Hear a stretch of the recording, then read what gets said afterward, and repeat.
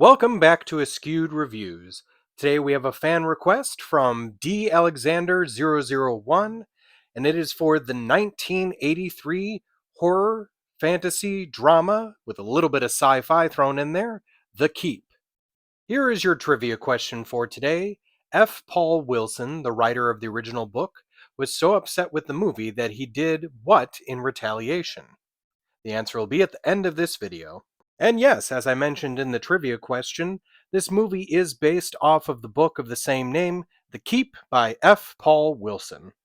The film takes place during World War II. We have some German soldiers along with their SS soldiers as well, and they've decided to occupy a small town in Romania. Now, specifically where they're occupying is an area called the Keep, which is a very interesting looking structure that is completely made out of stone and has nickel crosses. Now, these crosses hold in some sort of magical force, which of course gets released. Now, along with the Germans, you also have a father and daughter who were just pulled from a concentration camp, as the father is an expert in an ancient language. You also have the religious leader that's leading the town, and an out of towner who seems a bit odd but also seems to know what's going on. And of course, the monster. You can tell where most of the sources of the story come from, like the old tale of the golem, the binding of Isaac from the Old Testament, the bargains of a Faustian tale done with the devil, and of course, Romanian vampire myths. Michael Mann was the director of the film. He put a lot of work into it as well. In fact, the original cut was 3 hours long. Unfortunately, the movie was a flop. It gained some cult success since then, but because of the flop, Michael Mann left movies for a while and actually moved on to doing Miami Vice. Wally Vevers, who is one of the leading specialists when it came to special effects, passed away during the production of this film.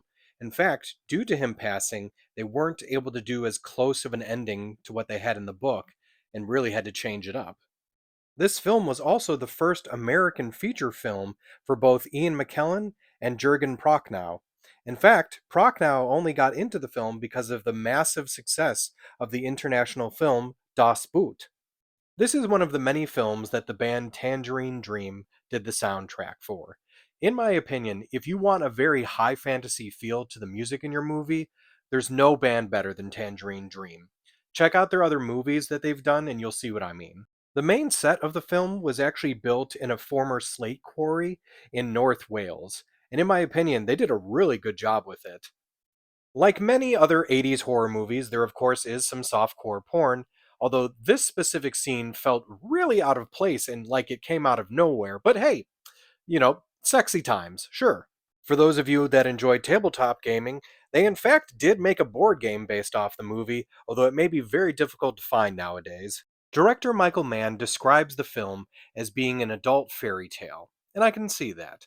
The movie itself was a little slow at times and not that great, but I can see how it can be very entertaining and thought provoking. So I'm going to give this movie a 3 out of 5.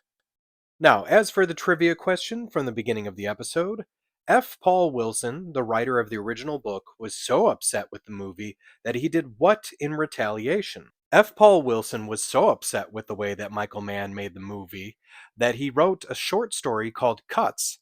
And in the story, it's about a writer who casts a voodoo curse on a director for mangling his work.